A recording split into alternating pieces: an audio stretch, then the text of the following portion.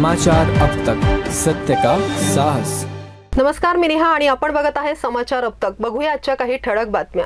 महाराष्ट्र प्रदेश काँग्रेसचे अध्यक्ष नाना पटोले यांनी गणेश स्थापनेच्या दिवशी राज्यातील जनतेला शुभेच्छा दिल्या। त्यांनी गणरायाच्या चरणी प्रार्थना करताना अन्नदाता शेतकरी, श्रम करणारे कामगार आणि शिकत असलेली तरुण मुला-मुली यांना बळ मिळावे, ते मुख्य प्रवाहात यावेत अशी इच्छा व्यक्त केली। पटोले म्हणाले की महाराष्ट्र सुख समृद्धीकडे जावा, गणरायाचे आशीर्वाद लाभावेत हीच प्रार्थना आहे।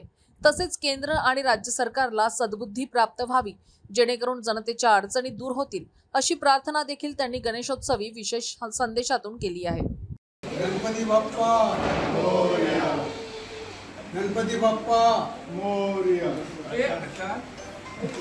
बोलो गजानन महाराज की जय।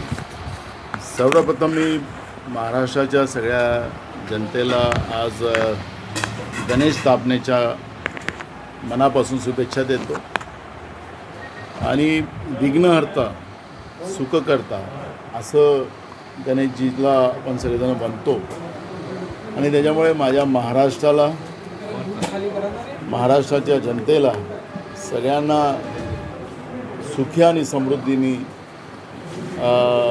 हा महाराष्ट्र आमचा पुढे जावा असा आशीर्वाद मी गणेशजीच्या चरणी करतो। आणि खरं तर अन्नदाता जो आमचा आहे, शेतकरी आहे, श्रम करणारा आमचा कामगार आहे आणि शिकलेले मुलं मुली जे आज एका द्विधा परिस्थितीमध्ये आहेत, त्यांनाही मुख्य प्रवाहात आणण्यासाठी त्यांनाही त्यांना क्षमता प्रदान हो अशी मी भगवान गणेशजीच्या चरणी प्रार्थना करतो आणि राज्य सरकार आणि केंद्र सरकारला सद्बुद्धी प्राप्त हो अशी मी गणेशजीच्या चरणी प्रार्थना केलेली आहे।